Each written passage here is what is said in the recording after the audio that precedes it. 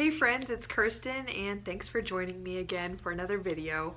Today I want to give you my best tips and practices for getting stronger in your point work. So if you're interested in that, please do stick around. I'm going to try this crazy thing where I do a short intro that's not so chatty, except for how I'm chatting with you right now. But thumbs up if you like my long intros, because I like them because I like talking to you. But yeah, so different thing today. Let's get on with the tips. All right, tip numero uno is to find strength, relaxation, and rhythm in your pliés and placement, of course. So those four things: strength, relaxation, rhythm, and placement. That is because, of course, if you think about it, the plie, unless you are doing just a straight leg roll through onto point, which you likely won't be doing much in your center work, unless you're doing that, your plie will be your impetus to get onto point, your launching pad, so to speak, your momentum. So you need to make sure that you have the most effective and technically efficient plie that you can possibly get. So begin the bar with making sure that your hips are neither tucked or released backwards in an anterior pelvic tilt. I have a whole video on how to turn out properly, by the way, so I will link that down below or in the cards. If you're interested in watching that, I think it would help you a whole lot in also getting strength in your point work. But anyway, also rhythm and relaxation are very important. Relaxation because you're supposed to not grip all your muscles on the way down.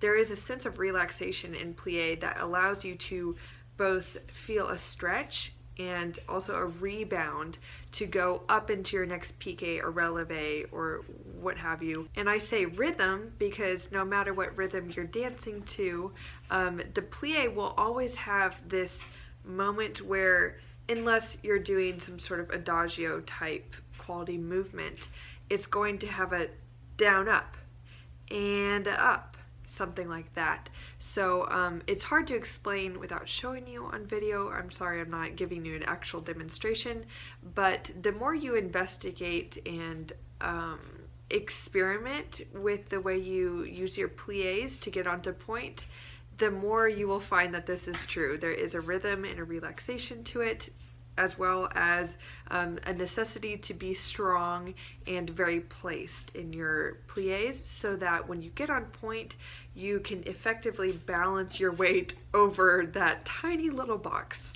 The next tip I have for you applies to bar work as well, and that is in flat shoes to obviously really articulate your tendus, your feet and your tendus, your dégagés, basically all your bar work and all your work that you do in flat shoes. You know that's important, so I really don't have to drill that point, but the more you actually make it like a goal in your bar work, and especially pointing your toes all the way, the more you really focus on that, I think it'll be really surprising to you how much more you can improve in that area. I found when I was about 21 years old, like I thought, okay, I've made it pretty far, my technique is pretty good, and then I had this teacher who was like, you're not pointing your feet enough, and I was so offended about it. I was like on the inside, I thought, what are you talking about? My footwork is fine, da, da, da.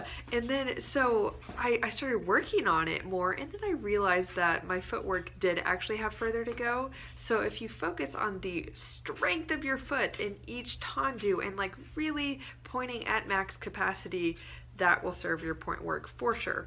The third tip that has to do with your bar work is to do as much as you can on releve at bar. Whenever there's an option, be doing your frappes on releve, adding releve on adagio combinations, fondus, anything you can do that doesn't drastically alter the combination, or especially if your teacher doesn't mind, wow, I'm sorry, my cat is attacking wrapping paper. So anyway, if your teacher doesn't mind you adding that little added difficulty to your combinations, which I hope they won't because it's a great thing, then that will strengthen your calves and give you a higher releve over time. You'll be more comfortable in that high demi-point position, which will naturally make your point work much stronger. Once you're on point, you'll have that solid kind of locked in feel to any sort of releve, piqué, any balance on point Another point is that whenever you are doing your bar work, and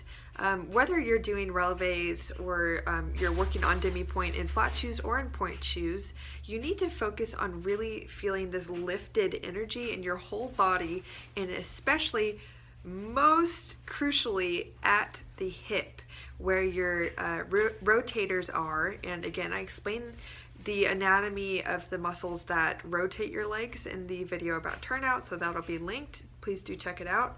I know it's long, but it is really informative, I promise. So the more you feel your turnout really coming from the hip, the more obviously you'll be able to turn out on pointe, because oftentimes people who force their turnout when they get put in pointe shoes, you don't have that same traction, that same torque that you could get from your flat shoe and the floor. The pointe shoe is satin and you have less surface area, so naturally it's almost impossible to really force your turnout in pointe work, I mean across all combinations. So you will really have to master the rotation at the hip and that lifted sensation in your body. I'm sorry, my cat is ruining the sound quality of this video. Oh.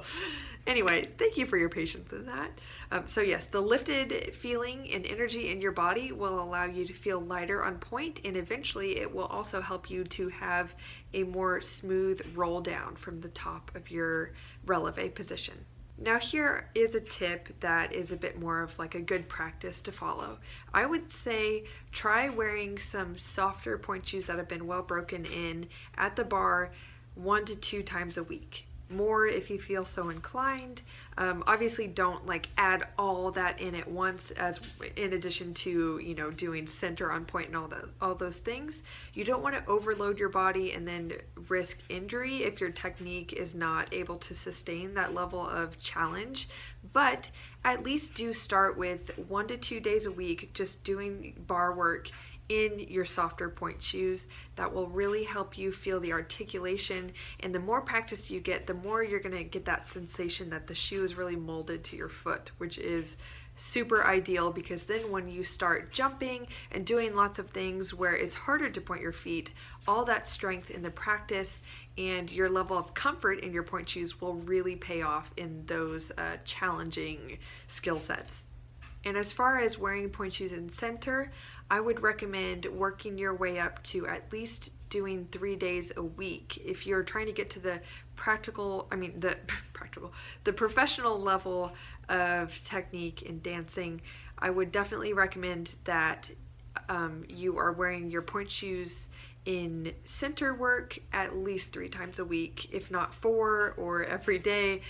It really depends, of course, but if you're a beginner, like, feel free to just start 1 and then adding later once you feel that it is safe to do so, because there's certainly an element of danger in pointe work that a lot of teachers disregard. They're like, oh, push harder, do more, you can get it, come on, but they forget that anatomically, pointe work is quite dangerous if your body is not adjusted to supporting that level of activity and that type of activity. If you're really serious and you have the time or space in a studio to do this, try finding a little routine of maybe it's 10 minutes at the bar. Whenever you can manage it, you can do slow roll-ups and roll-downs in first and second position. You could practice your releves onto 2 feet as well as échappés, and then going into releves on 1 foot.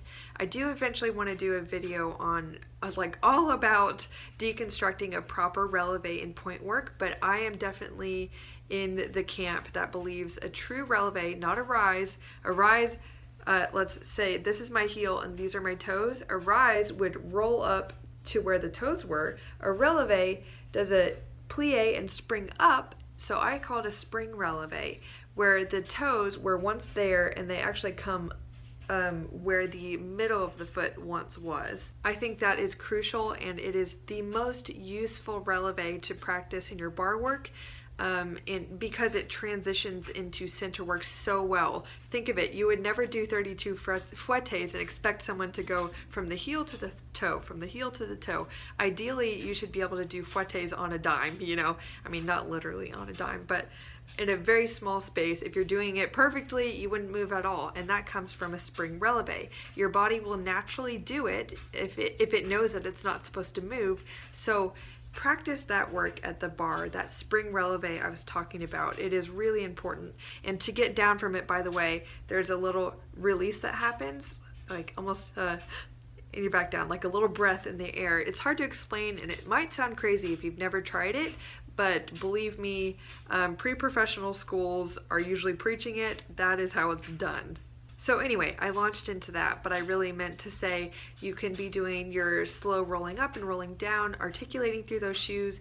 Do some tendu combinations if you haven't already at bar in your pointe shoes. Do échappés, releves on one leg. Specifically, if you only have time for this, I would recommend this regimen. You go to the bar, you do 8 releves in this rhythm. Da da da da, down and up, hold, down and up, hold, and down and up, hold, or something like that, really emphasizing that down and up, hold. That's super important to gaining that strength and rhythm in the center. So I would recommend doing 8 releves like that in coupe derrière or coup de pied derrière on each leg, or alternating.